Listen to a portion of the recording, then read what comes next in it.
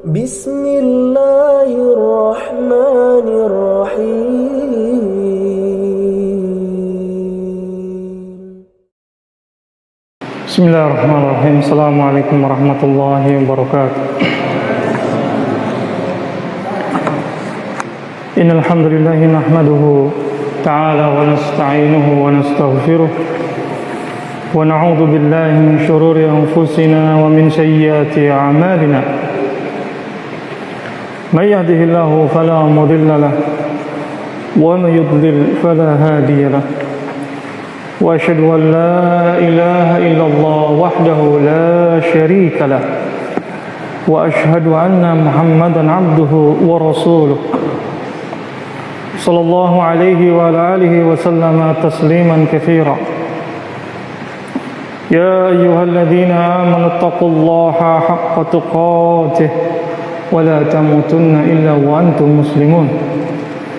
يا أيها الناس اتقوا ربكم الذي خلقكم من نفس واحدة وخلق منها زوجها وبث منهما رجالا كثيرا والنساء واتقوا الله الذي تساءلون به والأرحام إن الله كان عليكم رقيبا يا أيها الذين آمنوا اتقوا الله وقولوا قولا سديدا يصلح لكم أعمالكم ويغفر لكم ذنوبكم ومن يطع الله ورسوله فقد فاز فوزا عظيما ثم أما بعد فإن أصدق الحديث كتاب الله وخير الهدي هدي محمد صلى الله عليه وعلى آله وسلم وشر الأمور محدثاتها فإن كل محدثة بدعة وكل بدعة ضلالة wa kullu dhalalatin finnar.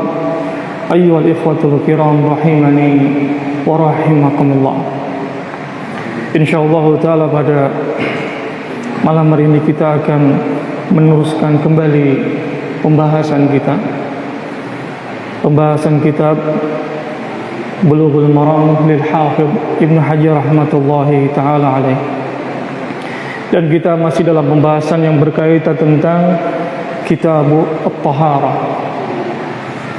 Dan yang terakhir yang kita bahas dari Kitab At-Taharah yaitu tentang wadah-wadah, bejana-bejana yang diharamkan untuk dipakai yang terbuat dari emas dan perak. Kemudian bejananya kaum musyrikin. Nah, telah kita bahas dan insyaallah taala pada kajian malam hari ini kita akan masuk ke bab yang baru, yaitu babu izalatin najasa wa bayaniha. Bab menjelaskan tentang menghilangkan sesuatu yang najis dan juga penjelasannya.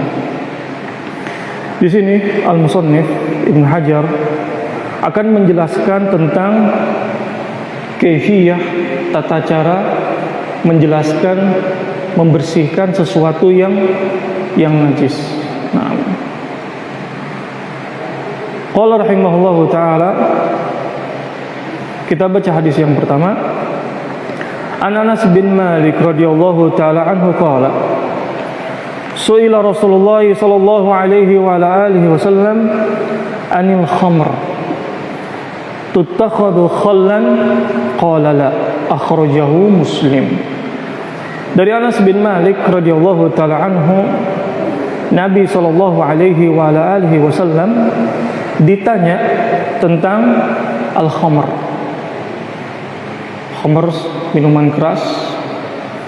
Tuttakhadhu khallan, khamr yang dijadikan khallan, cuka. Kemudian Nabi sallallahu alaihi wasallam mengatakan la, tidak boleh. Hadis akhrajahu Muslim. Di dalam hadis ini pengarang kitab memasukkan hadis ini akan menjelaskan tentang permasalahan al-khamr. Apakah khamr itu najis atau tidak? Akan dibahas pada penjelasan kita pada malam hari ini. Nah, hadis ini hadis Anas bin Malik, yaitu seorang sahabat Nabi, Abu Talhah bertanya kepada Nabi Shallallahu Alaihi Wasallam, yang dimana ketika itu anak-anak yatim mereka mendapatkan warisan khamr. Kemudian Nabi Shallallahu Alaihi Wasallam mengatakan, tumpahkanlah. Kemudian ketika Nabi memerintahkan untuk menumpahkannya, Abu Talhah mengatakan, ya Rasulullah, bolehkah saya untuk menjadikannya cuka? Kemudian Nabi mengatakan, la, tidak boleh. Baik, di dalam hadis ini hadis yang berkaitan tentang al-khamr. Apa itu khamr? Al-khamr yaitu sesuatu yang bisa menutupi akalnya, sesuatu yang memabukkan. Dan khamr fahuwa haram, termasuk dosa besar seseorang meminum khamr. Bahkan Nabi Shallallahu Alaihi Wasallam mengatakan, kullu muskirin khamrun wa kullu khamrin haraman. Setiap yang memabukkan itu namanya khamr. Wa kullu khamrin haram, dan setiap khamr itu haram. Nah, dan hikmahnya banyak sekali, hikmah diharamkannya khamr ini, yang diantaranya bahwa al-khamr itu adalah merupakan perbuatannya syaitan, yang dimana syaitan menimbulkan kebencian, permusuhan di antara kaum muslimin dengan seseorang meminum khamr. Bahkan dikatakan bahwa khamr adalah merupakan ummul khaba'ith, induknya kejelekan adalah khamr. Dimana? Karena dengan meminum khamr seseorang hilang akalnya, dia bisa membunuh, dia bisa berzina, na'udzubillah, sehingga banyak kemungkaran-kemungkaran yang dia lakukan ketika dia meminum khamr. Taib, di dalam hadis ini, ketika Nabi Shallallahu Alaihi Wasallam ditanya oleh Abu Talhah tentang al-khamr, apakah diperbolehkan untuk dijadikan cuka, Nabi Shallallahu Alaihi Wasallam melarangnya. Baik, sekarang kita akan masuk ke dalam pembahasan tentang al-khamr. Apakah khamr itu najis atau tidak? Ada para ulama yang mengatakan bahwa al-khamr itu najis. Ada yang mengatakan bahwa khamr itu tidak najis. Mereka yang mengatakan bahwa al-khamr itu najis, yang pertama bahwa al-khamr termasuk dari sesuatu yang kotor. Allah Subhanahu wa taala berfirman, ya ayyuhalladzina amanu innamal khamru wal maisir wal ansab wal azlam rijzun min amali syaitan fajtanibuhu la'allakum tuflihun. Allah Subhanahu wa taala mengatakan, ya ayyuhalladzina amanu, wahai orang-orang yang beriman, innamal khamr, sesungguhnya khamr itu wal maisir, dan judi, wal ansab, dan berkurban untuk berhala, wal azlam, mengundi nasib dengan panah, rijzun. Para ulama mengatakan, apa ini makna rijzun di sini? Ada yang mengatakan rijzun itu adalah sesuatu yang najis, ada yang mengatakan rijzun itu adalah sesuatu yang kotor. Kemudian Allah mengatakan rijzun min amali syaitan, termasuk dari perbuatan-perbuatan syaitan. Meminum minuman keras, judi, berkurban untuk berhala, mengundi nasib dengan panah, itu semuanya rijzun dan termasuk dari perbuatan-perbuatan syaitan. Dengan ini Allah Subhanahu wa taala mengatakan fajtanibu, jauhilah oleh kalian, la'allakum tuflihun, agar kalian mendapatkan kemenangan. Dalam ayat ini bahwa makna dari rijzun di sini, apakah itu sesuatu yang najis ataukah sesuatu yang kotor? Ada yang mengatakan bahwa rijzun di sini adalah sesuatu yang kotor. Dan mereka mengatakan bahwa khamr itu tidak najis, sebagaimana pendapat dari Al-Allamah Syekh Utsaimin rahmatullahi taala alaih. Kenapa khamr itu tidak najis?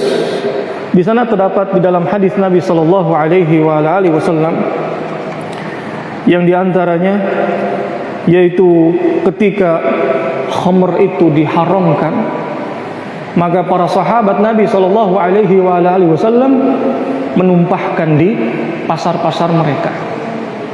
Ini dalil menunjukkan bahwa apabila khamr itu najis, maka tidak boleh pasar kaum muslimin itu terdapat sesuatu yang najis.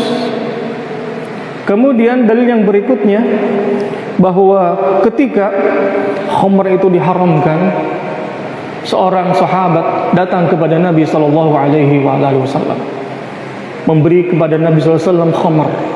Sahabat-sahabat ini belum tahu bahwa khamr itu sudah diharamkan. Kemudian Nabi mengatakan, apakah engkau tidak tahu bahwa khamr itu telah diharamkan? Kemudian orang tadi mengatakan, kalau begitu ya Rasulullah, saya akan jual khamr ini. Kemudian Nabi mengatakan kembali bahwa innallaha idza harrama syai'an harrama tsaman. Allah Subhanahu wa taala apabila mengharamkan sesuatu, haram pula harganya, haram pula jual belinya. Kemudian orang tadi membuka botol khamr di hadapan Nabi sallallahu alaihi wasallam, ditumpahkan di hadapan Nabi sallallahu alaihi wasallam. Ini juga dalil menunjukkan bahwa kalaulah itu sesuatu yang najis, niscaya Nabi sallallahu alaihi wasallam akan memerintahkan untuk dibuang ke tempat yang jauh. Jangan dibuang di hadapan Nabi sallallahu alaihi wasallam. Nah, kemudian ada yang berpendapat bahwa al-khamr itu adalah najis. Tapi yang rajih wallahu taala alam bahwa khamr bukan sesuatu yang najis. Bahkan para ulama menyebutkan sesuatu yang haram itu tidak harus menunjukkan bahwa itu adalah merupakan najis. Sesuatu yang haram itu tidak mengharuskan sesuatu itu adalah najis. Contohnya seperti apa?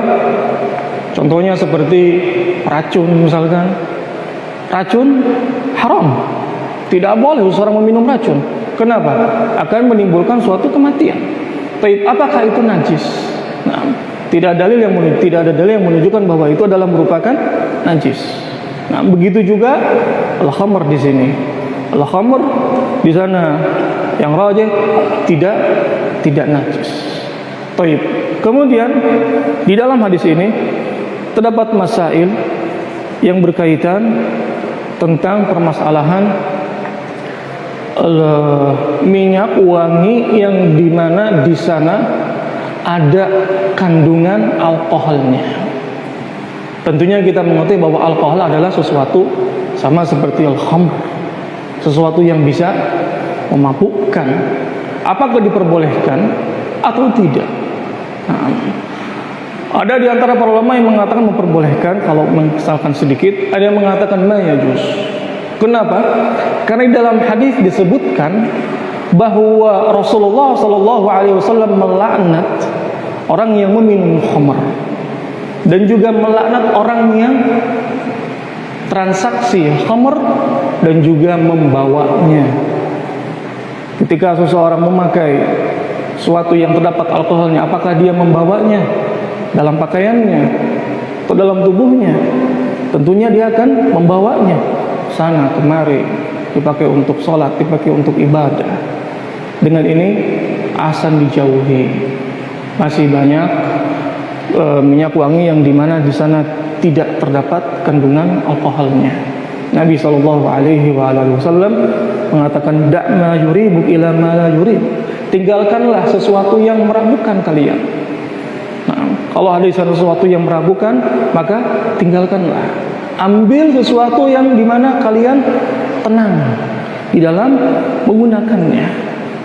Walaupun harganya cukup mahal, akan tapi lebih baik engkau membeli yang dimana di sana tidak ada kandungan alkohol. Wallahu taala a'lam. Taib. Kemudian Nabi Shallallahu Alaihi Wasallam ketika ditanya tentang al-khamr yang dimana dijadikan khalan, dijadikan cuka, Nabi mengatakan, la, tidak boleh. Dalam hadis ini menunjukkan bahwa seseorang yang mencampurkan sesuatu khamr kemudian dia berubah khamr tadi menjadi cuka, maka itu mayjuz, tidak diperbolehkan. Berbeda dengan apabila cuka tadi, khamr tadi berubah dengan sendirinya tanpa ada campur tangan manusia. Nah, percampuran dicampur dengan ini, campur dengan itu, ada mayjuz. Sedangkan apabila dia berubah dengan sendirinya, fahada jaiz. Karena dalam hadis disebutkan, Abu Talha mengatakannya, Rasulullah bagaimana kalau jadikan khal, cuka? Nabi melarangnya. Nah, padahal cuka diperbolehkan seseorang untuk memakannya. Bahkan cuka ini termasuk dari makanan yang disukai oleh Nabi Sallallahu Alaihi Wasallam, sebagaimana dalam hadis Jabir bin Abdullah radhiyallahu taala anhu, ketika Nabi Sallallahu Alaihi Wasallam bertanya kepada istrinya, apakah ada lauk pauk yang bisa dimakan? Kemudian dikatakan, ma indana illa khal. Ya Rasulullah, tidak ada kecuali cuka. Kemudian Nabi Shallallahu Alaihi Wasallam meminta cuka tadi. Kemudian Nabi memakannya dan mengatakan, ni'mal udmu al khal, ni'mal udmu al khal. Nabi mengulanginya, sebaik-baiknya lauk pauk itu adalah cuka. Sebaik-baiknya lauk pauk adalah cuka. Diulangi oleh Nabi Shallallahu Alaihi Wasallam. Ini menunjukkan bahwa Nabi menyukai makanan tadi. Nah, cuka tadi. Nah, dengan ini bahwa apabila berubah dengan sendirinya tanpa campur tangan manusia, bahwa jaiz. Nah, sedangkan apabila ada campur tangan manusia, nah, kalau tidak ada campur tangan manusia diperbolehkan. Kalau ada campur tangan manusia ditambahkan ini, ditambahkan itu, fahadha ma yajuz, sebagaimana larangan dari Nabi sallallahu alaihi wasallam. Qala rahimahullahu ta'ala wa anhu qala lamma kana yaum Khaybar amara Rasulullah sallallahu alaihi wasallam Abu Talhah fanada inna Allah wa rasulahu yanhayanikum an luhumil humr al-ahliyah fa innaha rijzun, muttafaqun alaih. Wa anhu yaitu dari rawi yang sebelumnya, yaitu Anas bin Malik radhiyallahu taala anhu, lamma kana yaum Khaybar, ketika hari Khaybar, Rasulullah sallallahu alaihi wasallam menyuruh kepada Abu Talhah, fanada, kemudian Abu Talhah mengatakan di hadapan para sahabatnya, innallaha wa rasulahu yanhayanikum, sesungguhnya Allah subhanahu wa ta'ala dan Rasulnya melarang kalian an luhumil humuri ahliyah, tentang daging himar ahliyah. Himar kepunyaan orang-orang kampung yang dipakai untuk membajak sawah, kebun atau membawa barang. Fa innaha rijzun, karena sesungguhnya bahwa himar itu dagingnya rijzun, kotor. Di dalam hadis ini hadis yang berkaitan tentang himar. Apa itu himar? Keledai. Mungkin di kita tidak ada keledai, akan tetapi di Jaziratul Arab keledai sangat banyak sekali. Yang dimana keledai di sini tunggangannya Nabi Shallallahu Alaihi Wasallam. Yang dimana keledai di sini dipakai orang-orang untuk membawa barang. Yang dimana keledai di sini dipakai untuk membajak sawah dan juga lain sebagainya. Baik. Dalam hadis ini Ini merupakan larangan tentang daging himar ahliyah, memakan daging himar. Memakan daging himar haram. Dan juga memakan percampuran, perkawinan antara himar dengan kuda, himar dengan kuda dikawinkan jadinya bighal. Itu juga sama, haram. Kenapa? Karena perkawinan dari sesuatu yang haram. Yang haramnya di sini yaitu memakannya. Nah, sedangkan jual beli boleh, jaiz. Seseorang misalkan beli himar di Jazirul Arab, dipakai untuk membajak sawah, dipakai untuk memangkut barang, jaiz. Karena yang diharamkan adalah memakannya. Yang diharamkan adalah memakannya. Nah, dan himar di sini termasuk dari suaranya yang jelek, sebagaimana firman Allah Subhanahu wa taala bahwa inna ankaral aswati la sautul hamir, sejelek-jeleknya suara adalah suara himar. Suaranya seperti suara trompet. Dan apabila himar itu dia berbunyi, yakni bersuara, dalam hadis disebutkan falyasta'id billahi minasyaitan, maka mintalah perlindungan kepada Allah Subhanahu wa taala dari syaitan. Kenapa? Karena himar itu melihat syaitan. Berbunyi himar tadi, mengeluarkan suara. Sama juga dengan pembahasan yang telah kita bahas, bahwa gonggongan anjing juga sama. Ketika seseorang mendengar suara gonggongan anjing, Rasulullah mengatakan falyasta'id billah minasyaitan, mintalah perlindungan kepada Allah dari syaitan. Kenapa? Karena melihat syaitan. Himar juga melihat syaitan. Nah, akan tapi himar di sini termasuk dari binatang yang sabar. Himar termasuk dari binatang yang sabar. Sehingga himar sering dipakai untuk membawa barang dalam jarak yang cukup jauh. Sabar. Jalannya tidak cepat seperti kuda. Kalau kuda kan gagah, tinggi, gagah, berlari kencang. Kalau himar paling berjalan cepat. Dan juga dia berjalan biasa, akan tetapi bisa menempuh jarak yang cukup jauh. Dengan ini himar termasuk dari tunggangan orang-orang terdahulu. Nah, orang-orang terdahulu. Dan juga Nabi SAW pernah menaiki himar.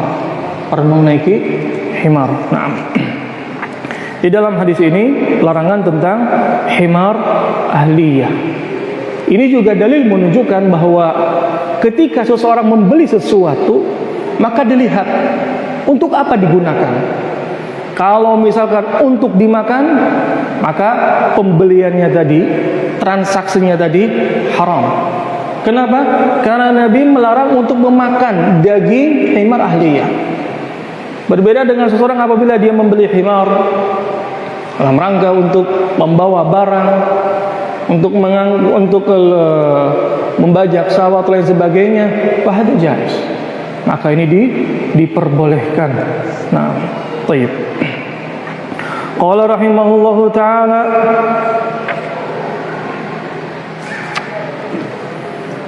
wa an Amr ibn Kharijah radhiyallahu taala anhu qala khatabana Rasulullah sallallahu alaihi wa ala alihi wasallam bi Mina wa huwa ala rahilatihi wa lu'abuha yasilu ala katifi, akhrajahu Ahmad wa Tirmidzi wa sahhahu. Dari Amr ibn Kharijah radhiyallahu taala anhu qala khatabana Rasulullah sallallahu alaihi wa ala alihi wasallam, Rasulullah sallallahu alaihi wasallam berkhutbah di Mina wa huwa ala rahilatihi, dan Rasulullah di atas kendaraannya. Wa lu'abuha yasilu ala katifi, dan air liurnya yasilu itu mengalir di atas pundakku, yakni di atas pundaknya Amr ibn Kharijah. Nah, di dalam hadis ini yang berkaitan tentang apakah air liur unta itu najis?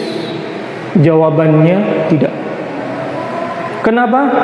Karena Nabi SAW ketika mengendarai unta, beliau berkhutbah, kemudian salah satu sahabatnya di depan, air liur unta tadi itu yasilu ala katifi, itu mengalir di pundaknya Amr ibn Kharijah. Dan pembahasan ini telah kita bahas bahwa selain dari air liur anjing itu suci, seperti air liur kucing jilatannya, dan juga air liur ibil unta dan jilatannya. Nah, bahkan juga himar ahliyah itu air liurnya dan juga jilatannya itu tidak najis, itu tidak najis. Nah, dan juga air liur kambing, ada kambing menjilat-jilat sana kemari, tidak najis. Dan juga air liur sapi misalkan itu tidak najis. Nah, ini juga dalil menunjukkan bahwa unta yang dipakai oleh Nabi Shallallahu Alaihi Wasallam itu air liurnya tidak najis. Nah, dan unta ini subhanallah termasuk dari binatang yang dimana mempunyai kekuatan yang bisa berjalan pada jarak yang cukup jauh dan bisa menampung air, sehingga ketika meminum dia bisa menampung air, sehingga berjalan dalam waktu yang cukup jauh masih ada air liurnya yang telah dia minum, masih ada tersisa, ada penampungan air di dalam tubuhnya. Nah, dan juga ibil di sini, unta di sini terdapat kekhususan yang tidak didapatkan oleh binatang yang lain, yang diantaranya bahwa memakan daging unta bisa membatalkan wudu. Berbeda dengan memakan daging selain daging unta, seperti daging kambing, sapi, ayam, itu tidak membatalkan wudu. Sedangkan memakan daging unta, Nabi SAW ketika ditanya tentang memakan daging unta, apakah membatalkan wudu? Nabi mengatakan na'am. Apa ilahnya? Apa sebabnya? Wallahu ta'ala alam. Ini permasalahan ibadah yang tahu hanya Allah Subhanahu wa ta'ala. Kenapa kau makan daging unta itu bisa membatalkan wudu? Nah, apakah berbeda dengan daging yang lain? Wallahu ta'ala alam. Nabi mengatakan bisa membatalkan wudu. Dan juga permasalahan yang lain dalam unta di sini, yang dimana ada sekelompok orang-orang yang dimana ketika mereka tinggal di suatu daerah, mereka tidak cocok dengan cuaca daerah itu, sakit, datang kepada Nabi Shallallahu Alaihi Wasallam, kemudian meminta kepada Nabi SAW, yakni dia sakit, apa obatnya.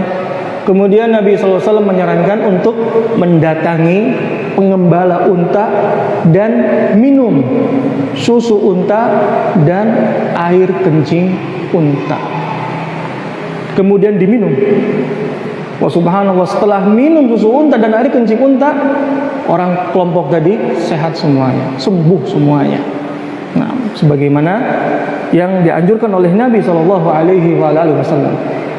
Ini dalil menunjukkan bahwa susu unta dan juga air kencing unta adalah merupakan obat. Nah, bahkan di Jaziratul Arab bahwa air kencingnya pun dijual. Nah, kenapa? Karena banyak orang yang mendengar tentang keutamaan air kencing unta, sehingga ada yang menjual susu unta, ada yang menjual air kencing unta. Nah, bahkan harga air kencing unta lebih mahal daripada susu unta. Kenapa? Karena obat. Kalau yang suka silahkan, kalau yang tidak suka tidak mengapa. Akan tetapi itu merupakan obat. Dan ini dalil menunjukkan tidak najis. Kalau najis jangankan diminum. Nah, dipegang saja tidak boleh. Dan ini hadis dari hadis Nabi Sallallahu Alaihi Wasallam. Qala rahimahullahu taala an Aisyah radhiyallahu taala anha qalat kana Rasulullah sallallahu alaihi wasallam yaghsilu mani thumma yakhruju ila shalah fi dhalika ath-thawb wa ana anzuru ila athar al-ghusl fihi muttafaqun alaih Wali Muslim laqad kuntu afruquhu min thawbi Rasulillah sallallahu alaihi wa alihi wasallam farkan fayusalli fihi. Wa fil lafadlahu laqad kuntu ahuquhu yabisan bi dhufri min thawbihi. Dari Aisyah radhiyallahu taala anha qalat bahwa Nabi sallallahu alaihi wasallam mencuci al-mani, kemudian beliau keluar melaksanakan sholat fidzalika tsawb, pada baju itu yang telah dicuci oleh Nabi sallallahu alaihi wasallam. Wa ana anzuru, dan saya melihat dari bekas cuciannya tadi. Dalam riwayat Imam Muslim, laqad kuntu afruquhu, dan saya mengikis air mani tadi min thawbi Rasulillah sallallahu alaihi wasallam farkan, dari bajunya Nabi sallallahu alaihi wasallam, kemudian Nabi salat memakai baju tadi. Dalam lafaz yang dikeluarkan Imam Muslim dari lafaz yang lain, laqad kuntu ahuquhu yabisan, saya kerik ketika dalam keadaan kering dengan kukuku dari bajunya Nabi sallallahu alaihi wasallam. Di dalam hadis ini, hadis yang berkaitan tentang air mani. Apakah air mani itu najis atau tidak? Ada yang mengatakan air mani itu najis. Apa dalilnya? Nabi sallallahu alaihi wasallam mencuci air mani, kemudian beliau keluar salat memakai baju yang beliau cuci tadi yang terkena air mani. Ada yang mengatakan bahwa air mani itu tidak najis. Apa dalilnya?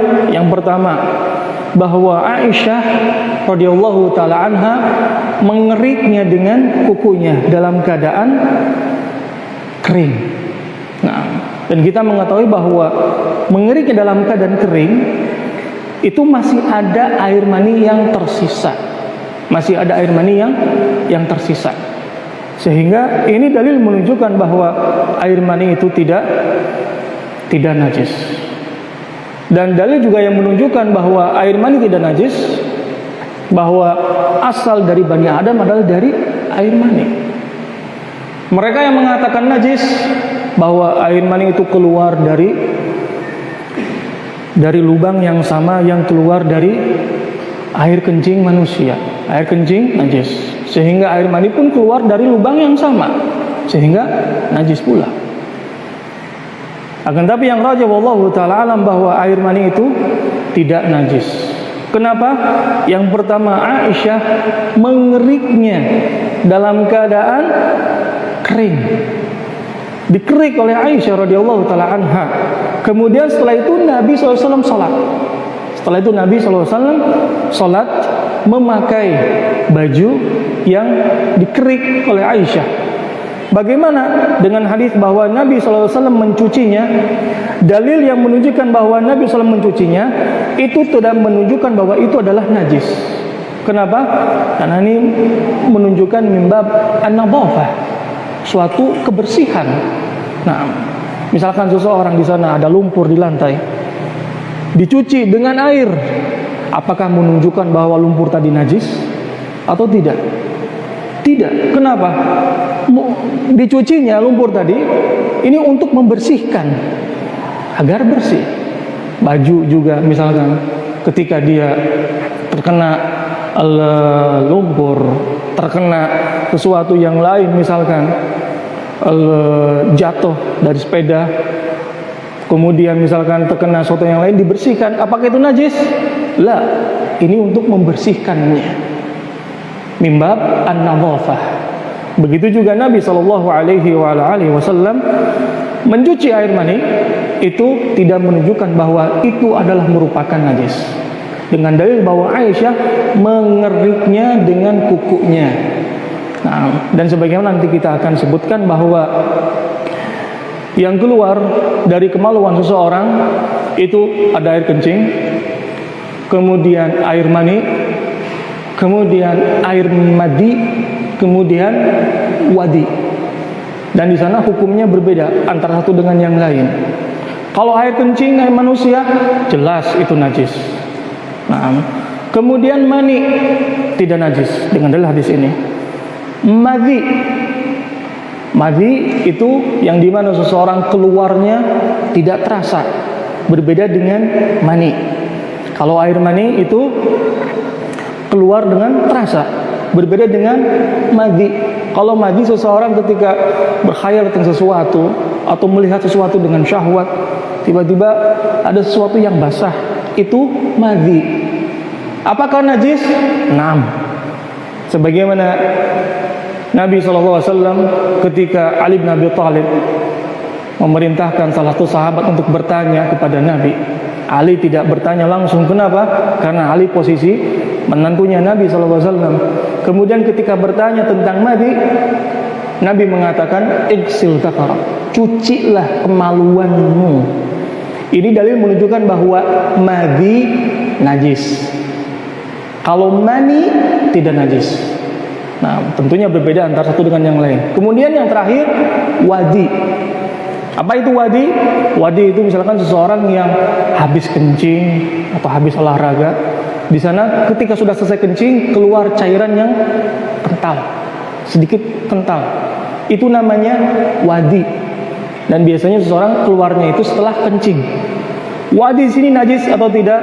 Wadi najis. Kenapa najis? Karena dia keluar setelah air kencing, bahkan berbarengan dengan air kencing, lebih kental sedikit. Nah, sedangkan mani seseorang keluar yang dimana tidak terasa, sedangkan air madi, sedangkan al-mani seseorang keluarnya dengan terasa.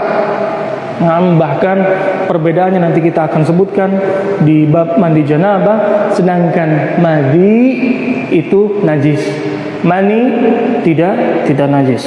Nah, qala rahimahullahu taala wa an Abi Samh radhiyallahu taala anhu qala qala an-nabiy sallallahu alaihi wa ala alihi wasallam yughsalu min bauli jariyah wa yurashu min bauli al-ghulam, akhrajahu Abu Dawud wa Nasa'i wa sahahahu al-Hakim.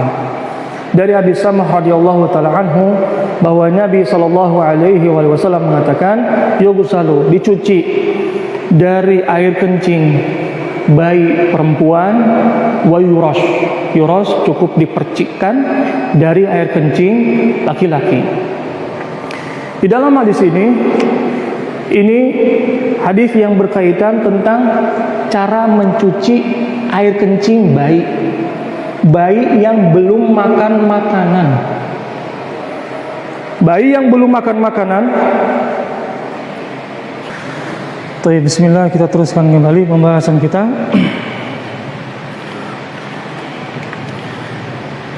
Dari hadits Abi Samh radhiyallahu taala anhu qala bahwa Nabi sallallahu alaihi wa ala alihi wasallam yughsal min baulil jariyah, dicuci dari air kencing bayi perempuan dan dipercikkan dari air kencing bayi laki-laki. Di dalam hadis ini kaifiyah, tata cara mencuci sesuatu yang terkena oleh air kencing bayi. Air kencing bayi di sini berbeda antara laki-laki dengan wanita, yang dimana apabila bayi di sini belum makan makanan selain dari air susu ibu, selain dari kurma yang pertama kali diberikan kepada bayi untuk mentahnik. Tahnik di sini hukumnya sunnah ketika bayi itu lahir, yakni kurma tadi dilembutkan oleh bapaknya, kemudian diberikan kepada bayi tadi dan diberikan di atas langit-langit mulutnya. Ini sunnah tahnik, sebagaimana yang telah dilakukan oleh Nabi SAW. Dan hikmahnya di sini agar dia merasakan sesuatu yang manis, sehingga ketika baru lahir dia mencari mana yang manis tadi, sehingga kuat untuk menyusu. Kemudian selain dari madu yang dimana diberikan terkadang kepada si bayi tadi. Nah, dan apabila di sana sudah diberikan makanan, maka tata cara mencucinya berbeda. Kalau belum makan makanan, kefiahnya mencucinya, kalau bayi itu laki-laki, cukup dipercikan saja. Percikan.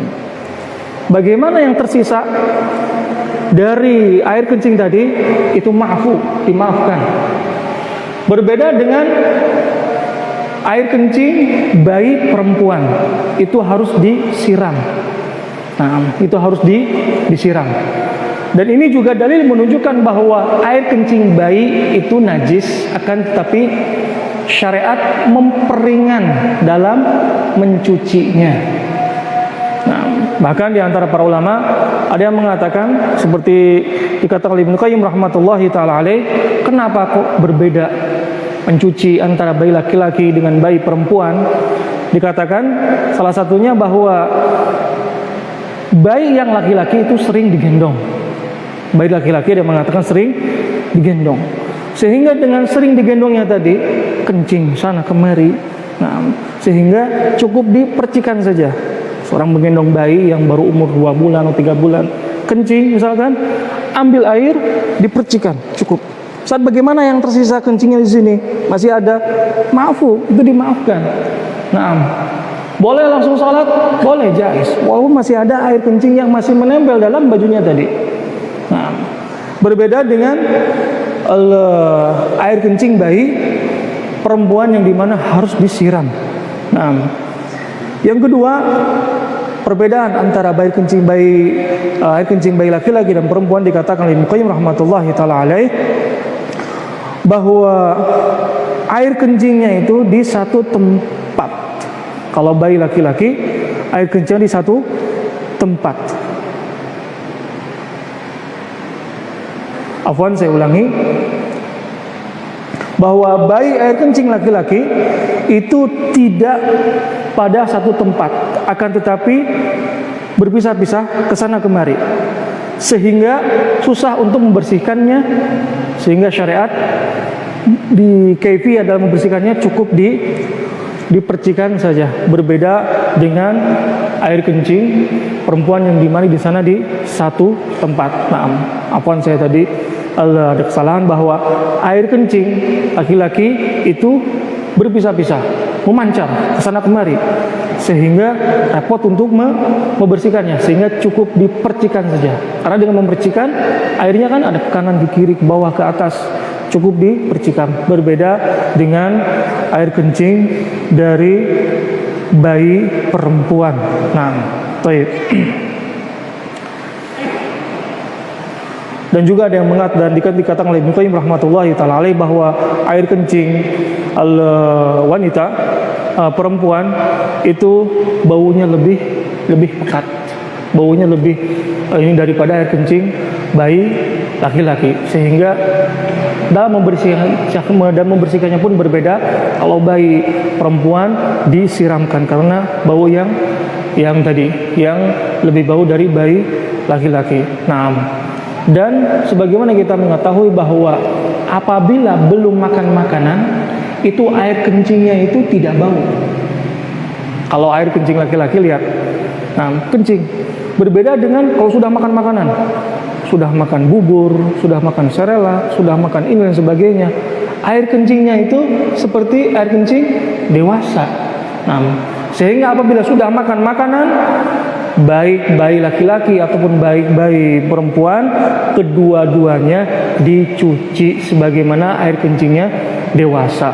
Perbedaan di sini apabila belum makan makanan, yang biasa bayi di sini kurang dari 6 bulan, yang dimana dia belum siap untuk memakan makanan, hanya air susu ibunya saja. Wallahu taala alam. Baik, barangkali ada soal dari pembahasan yang telah kita bahas, boleh tafadhol, silahkan.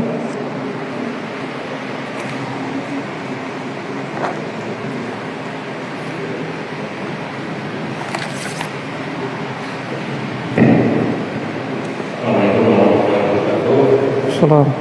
Pertanyaannya terkait penjelasan pertemuan yang sebelumnya, yaitu tentang larangan makan dan minum dari wadah yang berasal dari emas dan perak, baik itu yang seluruhnya maupun sebagian kecilnya.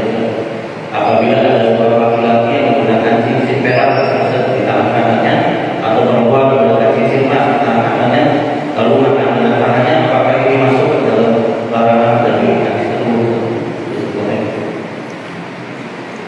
di sini yaitu wadah, bejana.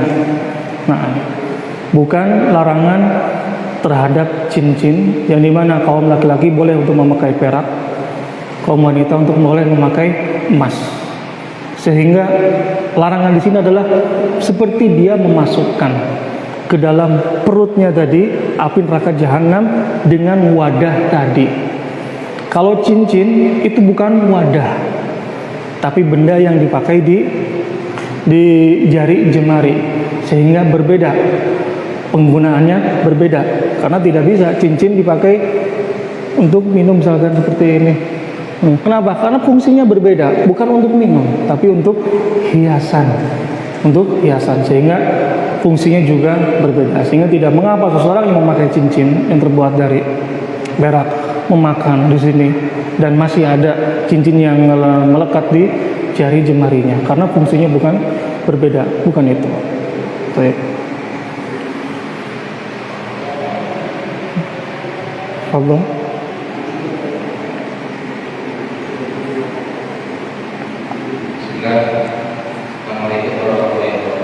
Assalamualaikum warahmatullahi wabarakatuh.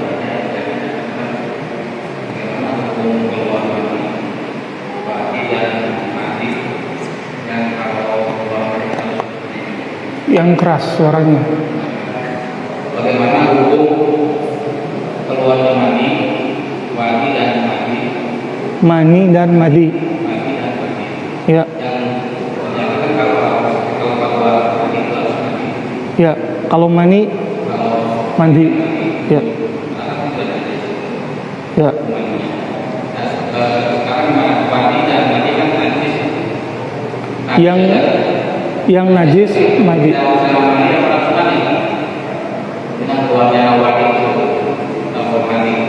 Kalau mani itu termasuk dari hadas yang besar, maka wajib bagi dia untuk mandi. Nah, wajib bagi dia untuk mandi. Sebagaimana dalam hadis yang kita sebutkan, alma minal ma, dengan keluarnya air mani itu mengharuskan bagi dia untuk mandi.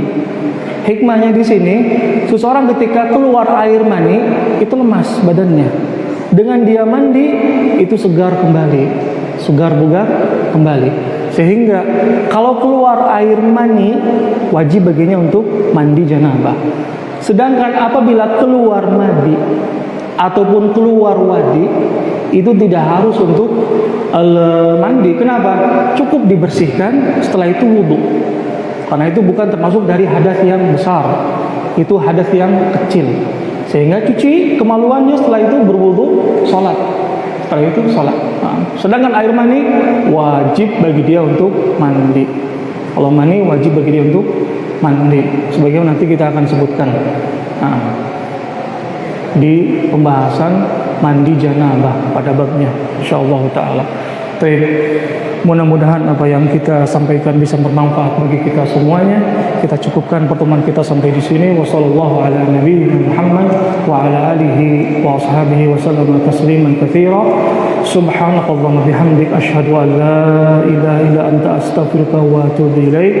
Assalamualaikum warahmatullahi wabarakatuh.